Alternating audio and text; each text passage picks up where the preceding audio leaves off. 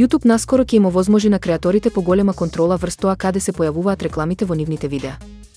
Оваа промена има за цел да го подобри корисничкото искуство и да им даде повеќе можности на авторите да ја оптимизираат својата заработка.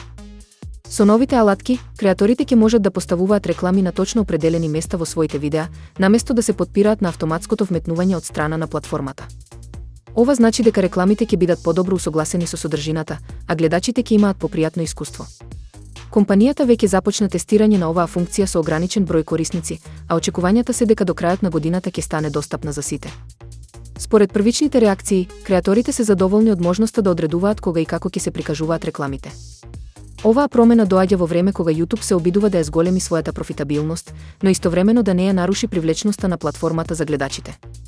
Остатува да се види како ќе реагира публиката и дали оваа новина ќе ја подобри гледаноста на видеата.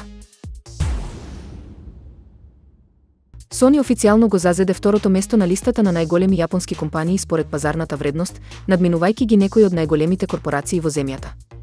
Со ова, компанијата се позиционира веднаш зад технолошкиот гигант Toyota, кој се уште е водечки во Јапонија. Поразот на претходните конкуренти во ова рангирање се должи на силниот раст на Sony во областа на технологијата, забавата и полупроводниците. Огромниот успех на PlayStation, заедно со инвестициите во музичката и филмската индустрија, значително придонесоа за зголемување на вредноста на компанијата. Инвеститорите се повеќе ја гледаат Sony како водечки глобален играч, а не само како јапонска корпорација. Вредноста на акциите значително порасна во последните месеци, што ја направи една од најстабилните компании на берзата. Со ова достигнување, Sony не само што ја зацврсти својата позиција во Јапонија, туку и на глобалниот пазар. Останува да се види дали компанијата ќе може да го задржи ова место и во иднина, особено во услови на брзи технолошки промени.